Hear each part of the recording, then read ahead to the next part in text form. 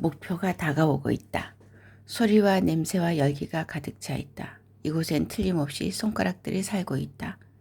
백사모는 붉고 두꺼운 융단 밀림에서 길을 잃지 않으려고 애쓰면서 소리와 진동이 나는 곳으로 다가간다. 길에 물렁한 장애물들이 뿌려져 있다. 화려한 천들이 바닥에 널려 있다. 최후의 원정군 병사 백사모는 자크 멜리에스의 저고리 위로 기어올랐다가 다시 바지 위로 올라간다. 그런 다음 검은 비단 투피스를 밟으며 계속 나아가 경정의 서초 위로 올라가더니 이번에는 험준한 산맥처럼 생긴 레티샤의 브레이지어를 오르내린다. 그는 소란스러운 곳을 향해 나아간다. 정면에 뜨개질한 침대 시트 자락이 나타나자 그는 그 위로 기어 올라간다. 올라갈수록 손가락들의 냄새, 손가락들의 열기, 손가락들의 소리가 있다. 저 위에 그들이 있는 것이 확실하다. 이제 곧 그들을 만나게 될 것이다. 백사모는 나방꽃을 끄집어낸다. 메르쿠리우스 임무의 원수가 목전에 다다랐다. 침대의 꼭대기에 기어 올라간다. 과연 어떠한 일이 일어날 것인가. 레티샤 웰즈는 연보랏빛 눈을 감고 멜리에스의 양기가 자기 음기 합쳐지는 것을 느끼고 있었다. 그들의 몸이 엉켜 춤을 추고 있는 찰나였다. 살포시 눈을 뜬 레티샤는 소스라치게 놀랐다. 그녀의 코 바로 앞에서 개미가 위턱 사이에 작게 접은 종이를 낀 채 흔들고 있었다. 그 광경을 보고 레티샤는 마음이 흐트러져서 움직임을 멈추고 벌떡 일어나 침대에서 빠져나왔다. 그 갑작스러운 중단에 자크 멜리엣은 당황했다. 무슨 일이요? 침대 위에 개미가 있어요. 틀림없이 당신 개미집에서 나온 걸까요? 하루 종일 개미와 함께 있었고 그것들을 추적했어. 자, 이리 가까이 와요. 잠깐만요. 기다려요. 저건 다른 개미들과 달라요. 뭔가 특별한 것을 갖고 있어요. 라미레 부부의 개미 로봇 가운데 하나가 아닐까요? 아니요. 정말 살아있는 개미예요. 믿기지 않겠지만 위턱 사이에 접은 종이 조각이 있어요. 우리에게 전해주고 싶어 하는 것 같아요. 경정은 투덜거리면서도 그 사실을 확인하기 위해 마지못해 일어났다. 실은 그도 개미가 접은 종이 조각을 물고 있는 것을 보고 알고 있었다. 백사모는 자기 앞에 많은 손가락들이 있음을 깨닫는다. 대개 그 동물은 5씩 짝을 지은 두 무리로 이루어져 있었다. 그런데 여기 있는 것은 그 고등한 동물임에 틀림없다. 왜냐하면 다른 손가락들보다 더 두터운 데다 5씩 두 무리가 아니라 4무리로 되어 있기 때문이다. 어쩌면 하나의 분홍빛 뿌리에서 나온 20개의 손가락들인지도 모른다. 백사모는 앞으로 나아가 위턱 끝으로 편지를 내민다. 그 어마어마한 존재들이 불러일으키는 너무나 당연한 두려움에 함몰되어 앉지 않으려고 무진 애를 쓴다.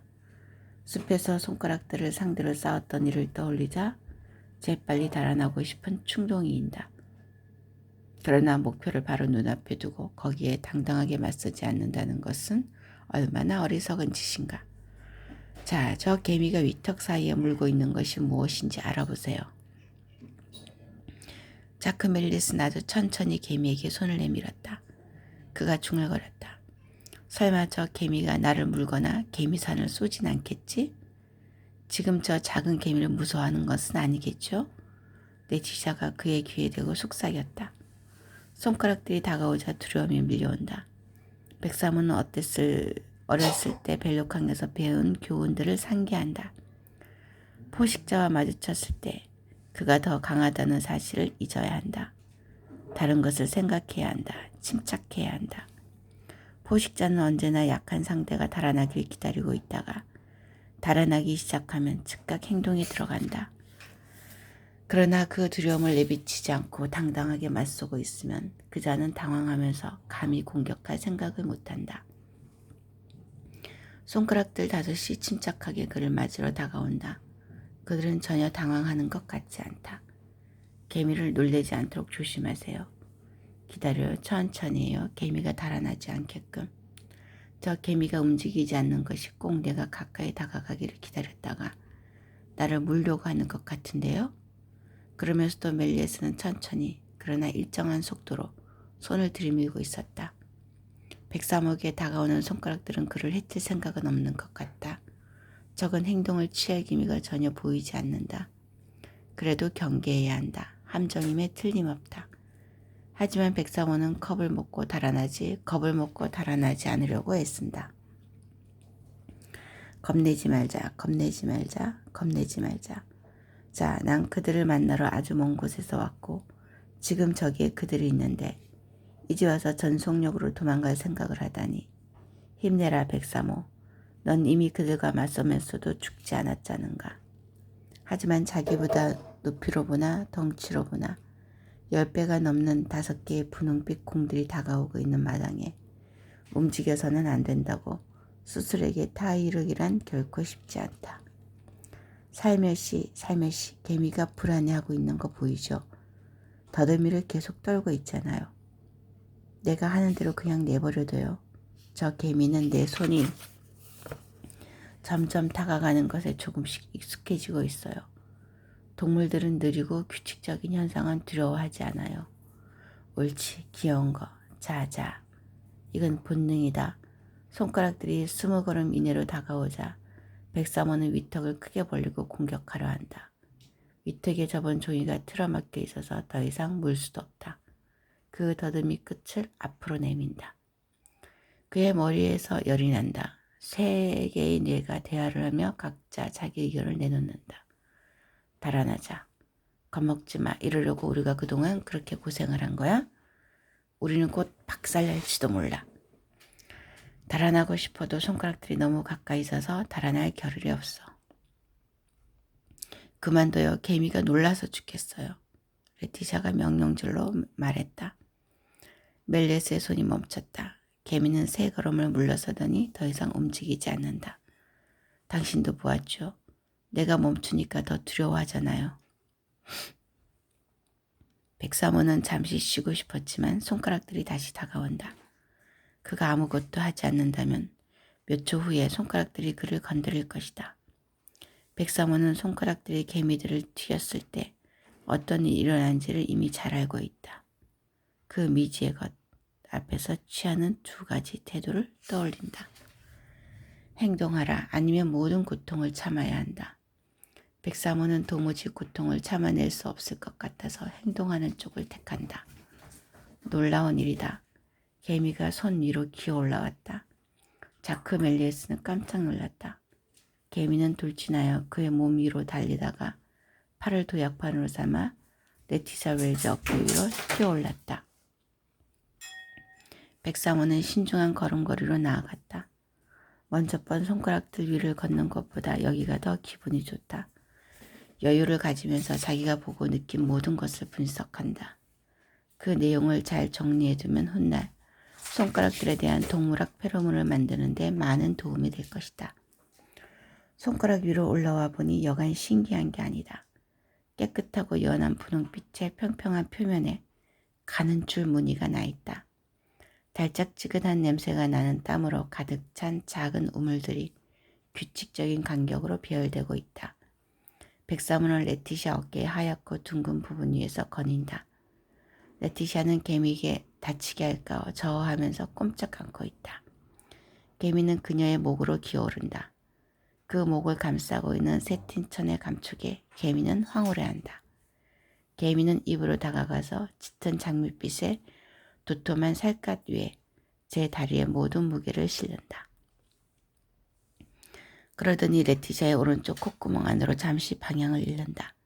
레티샤는 재채기를 참느라고 안간힘을 쓴다. 백사모는 콧구멍에서 나와 왼쪽 눈동자 위로 몸을 기운다. 그곳은 촉촉하고 움직임이 있다. 상아빛 바다 한가운데엔 연보라빛 섬이 하나 있다. 백사모는 거기에 다리가 빠질까봐 두려워 그곳으로 들어가지 않는다. 그러길 잘했다. 끝에 검은 솔이 달린 일종의 커다란 막 같은 것이 벌써 눈동자를 덮어버리고 있다. 백사모는 다시 목으로 가는 길을 따라 내려와 젖가슴 사이로 미끄러져 들어간다. 죽은 게 몇 개가 있는데 백사모는 거기에 걸려 잠시 비틀거린다. 가슴을 덮고 있는 얇은 천에 매료되어 젖무덤 위로 올라간다. 젖무덤의 발그레한 꼭지가 반짝거린다. 그는 그 위에 멈춰 서서 몇 가지 정보를 기록한다. 그가 손가락들 위에 올라와 있다는 것은 손가락들이 그에게 방문을 허락했다는 것을 의미한다. 지올락한 개미들이 옳았다. 이 개미 손가락들은 정말로 우호적이다. 젖무덤 꼭대기에서는 다른 쪽 젖무덤과 배의 골짜기가 일망무계로 바라다 보인다. 그는 거기에서 내려오면서 그 깨끗하고 따뜻하고 부드러운 표면에 감탄한다. 움직이지 마요. 당신 배꼽으로 가고 있어요. 나도 그러고 싶어요. 하지만 너무 간지러워요. 백사모는 배꼽샘에 빠졌다가 다시 올라와 긴 허벅지 위를 질주하며 무릎 위로 올라간 다음 발목으로 다시 내려와 발 뒤꿈치로 기어오른다. 끝을 붉게 물들인 통통하고 짤막한 손가락들이 보인다. 백사모는 다시 다리로 기어오른다. 장단지 위를 질주하다가 그 하얗고 미끄러운 살갗 위를 미끄러진다.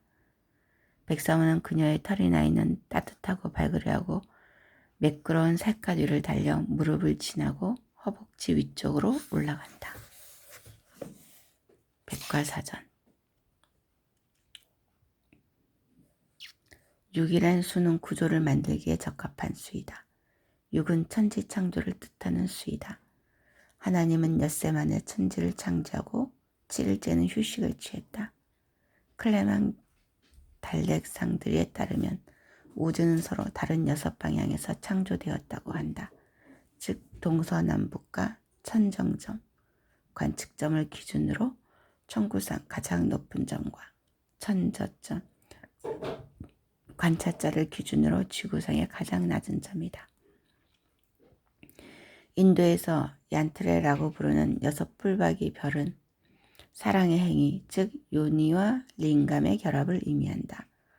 솔로몬의 옥새라고도 불리는 다윗의 별을 히브리 사람들은 우주를 이루는 모든 요소를 총알을 상징한다고 생각한다.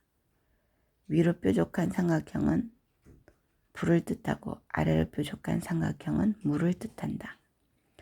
연금술에서는 별의 6개 뿔이 각각 하나의 금속과 행성에 대응한다고 한다. 가장 위쪽에 있는 뿔은 달과 은에 해당한다. 시계 반대 방향으로 돌면서 각각의 뿔은 차례로 금성과 구리, 수성과 순, 토성과 납, 목성과 주석, 화성과 철에 해당한다. 6 원소와 6 행성이 오묘하게 결합되면서 중앙에는 태양과 금이 놓인다. 해화에서 6뿔박이 별은 색깔들이 결합할 수 있는 모든 경우를 보여주기 위해서 사용한다. 모든 색깔을 결합하면 가운데 육각형 안에 하얀 빛이 만들어진다. 에드몽 웰즈 상대적이며 절대적인 지식의 백과사전 제2권